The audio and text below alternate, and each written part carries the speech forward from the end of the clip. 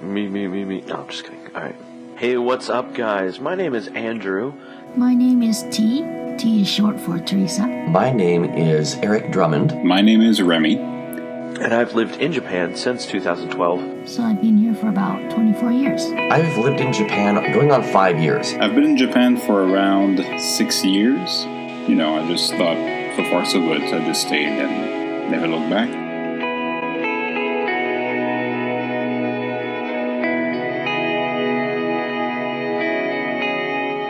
Hello and welcome to JQNA. This is Season 1, Episode 1, an introduction.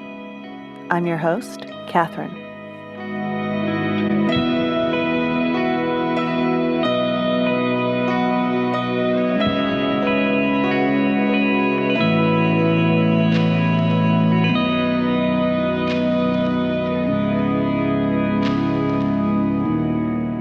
If there's anything I've learned over my years of creating content, it's that everyone has a story to tell, but not everyone has the means to tell it. Sometimes people like to keep their private life private. Sometimes people just don't have the time to create and post content. So what happens to those stories? And what could we learn from them? Well, I got thinking about this a few months ago, and I thought to myself, what if I could facilitate telling those stories and helping people share the experiences that they've had about living in Japan? After all, one person's experience doesn't really provide all the benefits that the experiences of many provide. And sometimes the content that comes up quickly in search engines isn't always the most reliable or best information. That's why I decided to create JQNA. I've been living in Japan for 10 years now, and I've been to many different parts of the country. I've had many ups and downs, many experiences. But I can't speak for every experience. No one can. So what better way to learn about the experiences that others have than to ask them? This podcast is a way for you to hear about what it's like to live in Japan from the perspective of a number of people, rather than just one. I've done my best to find a variety of people with different backgrounds and all who have been in Japan for different periods of time. I've also done my best to try and not pick people that you've heard from before. Sure, you may have heard from them. Some of them you probably haven't heard from.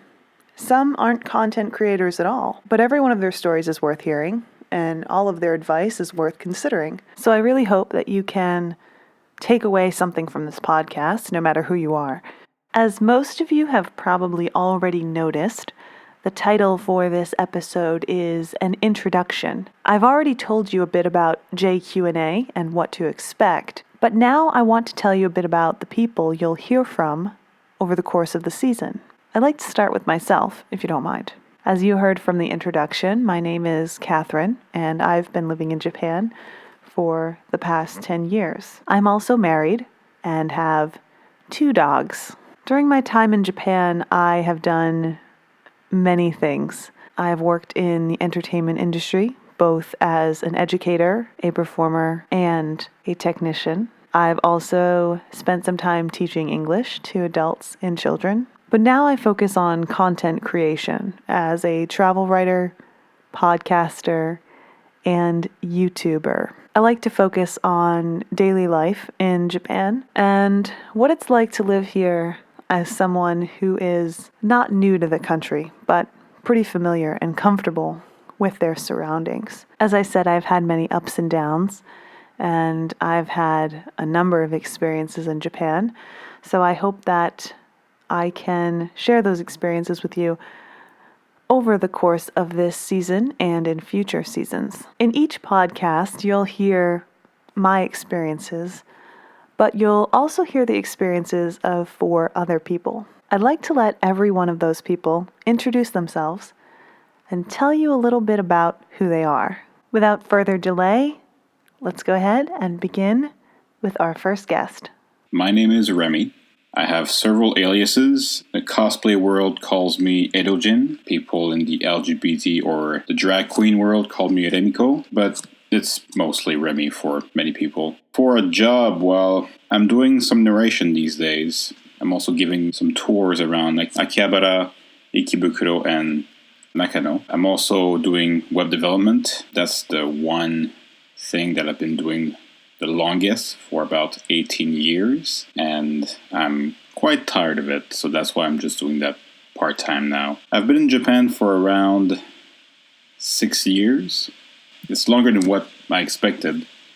I was just supposed to come here for 6 months, but came here and on a working holiday visa, which you can get as a Canadian. At first, it's just 6 months. It's renewable only once, and you cannot get more than 2 terms in your lifetime. So, came here 6 months, thought it was going well, went and renewed it for another one.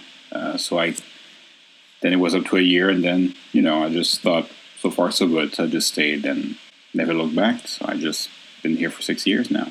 Hello, my name is T. T is short for Teresa. I work as a caregiver here, and I've been doing that job for about 5 years. And I came to Japan in September of 1991, so I've been here for about 24 years.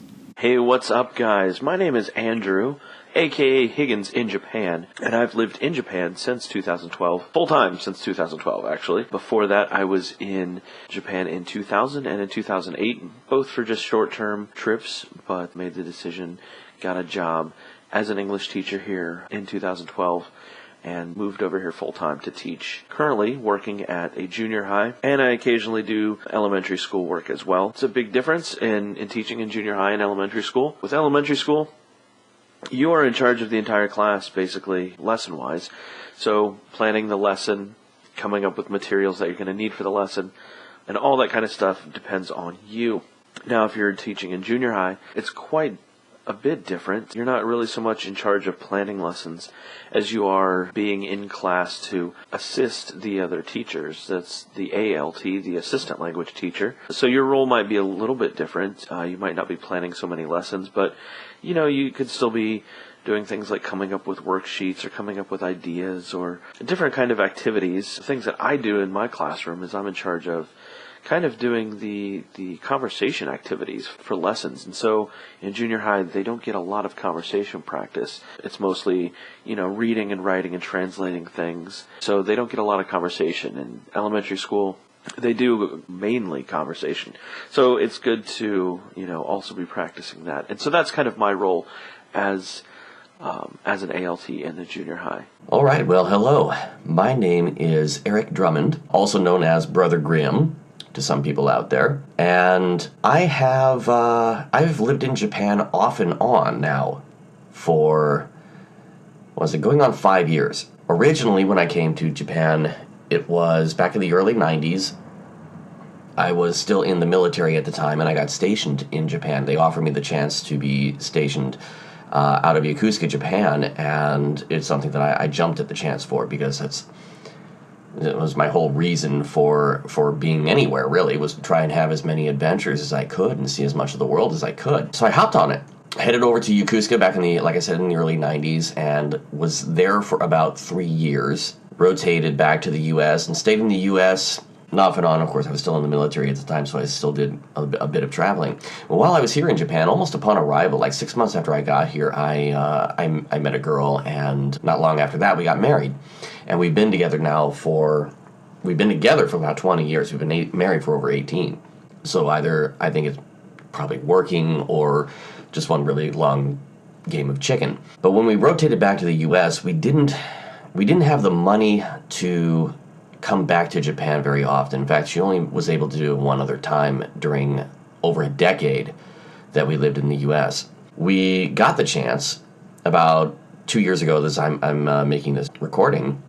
So come back to Japan, and we jumped on it. We had a full-on family, two children. So those of you who might be listening to this probably know that one plane ticket to Japan costs a good deal of money, but 4 plane tickets to Japan, yeah. So yeah, we didn't visit very much. We actually did the numbers, and for the 4 of us, it would have been just about as financially possible to move back to Japan as it would be to visit and come back on vacation. So we moved.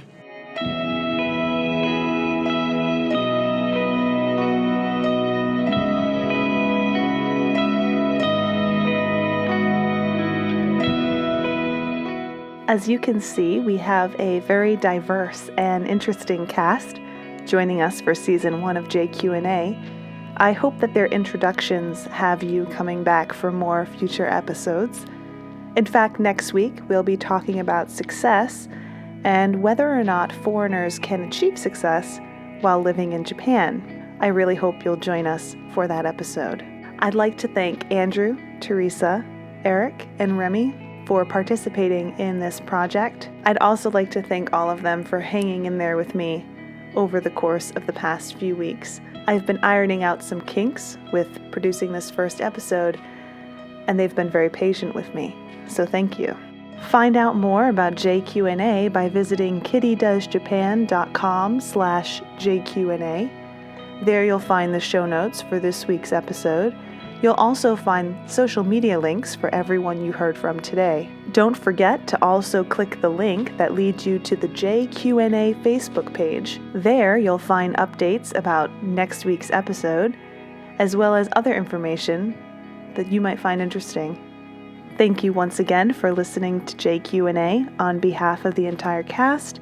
We hope you enjoyed the show, and we hope to see you next week.